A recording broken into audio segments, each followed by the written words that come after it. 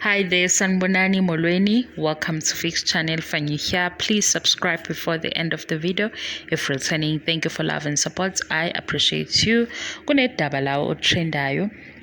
Usisi ombethe imali eningi nabanye futhi baphethe imali eningi nje kugcwele imali. Abanye ke sebeqalile ukuhleba konondaba abazi izinto nje bezibuka ku social media ungazi usebeyithatha information esingayazi.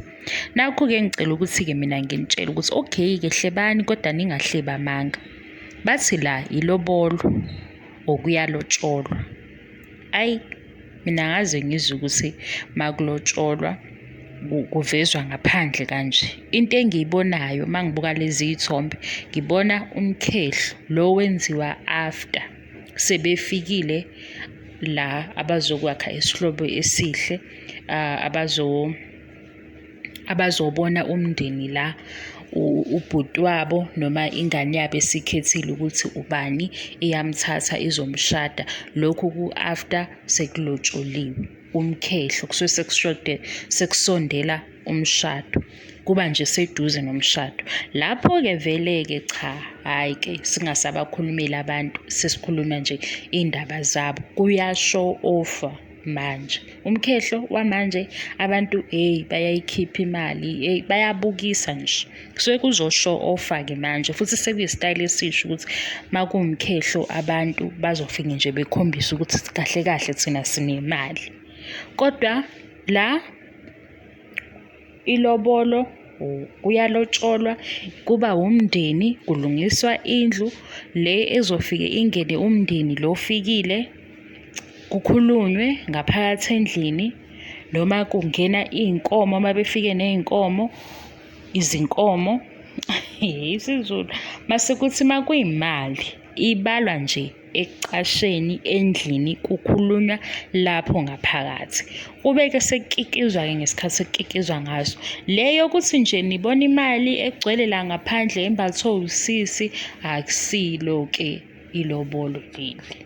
Ngoba ilobolo elobani elomndeni umndeni ubanga umsindo masomakhelwane-ke nabo sebeyabuya sebeyalunguza ukuthi hayi bo kwenzakalani kamakhelwane abaze bamenywa-ke futhi omakhelwane ngoba vele phela kusuke kuhlangana imindeni ewu-2 ngithi nje omakhelwane bayibamba sebeyibamba sekunomsindo bezwa ukuthi hawu umsindo wenjabulo lo lena-ke egcwele abantu ekufika ney'ntombi ey'vunulayo kube kuhle ile minye imicimbi eyenzeka after sebefikile abomndeni.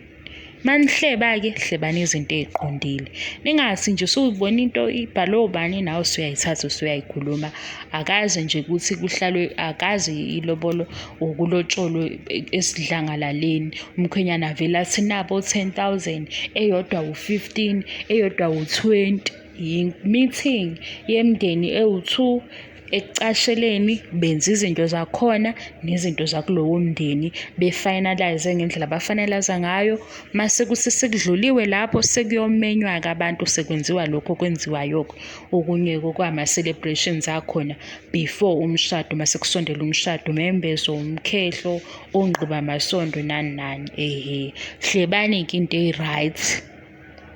Nina enazi isiZulu angenixoleli nje nibuye nibhede laba abangasazi isiZulu ngiyabaxolela ngiyabachazela kungena ngaphakathi endlini makulotsholwa phandle ney'hlobo nomakhelwane umembeso umkhehlo ongqiba amasondo la kugcwala khona ukudla abanye sebefika namafenisha ezinye izinto kodwa-ke zinhle ngoba imali yabantu asikhulumi kodwa ngeke sengibuka ukuthi abanye abantu bafaka ingcindezi phela ukuthi umuntu uzobona ngathi akazu-afforda kanti nje umkhuba osuthandwe abantu wabamuhle lawo muhle khona kwabanye-ke bayawugxeka-ke ngoba vele asiboni ngokufana.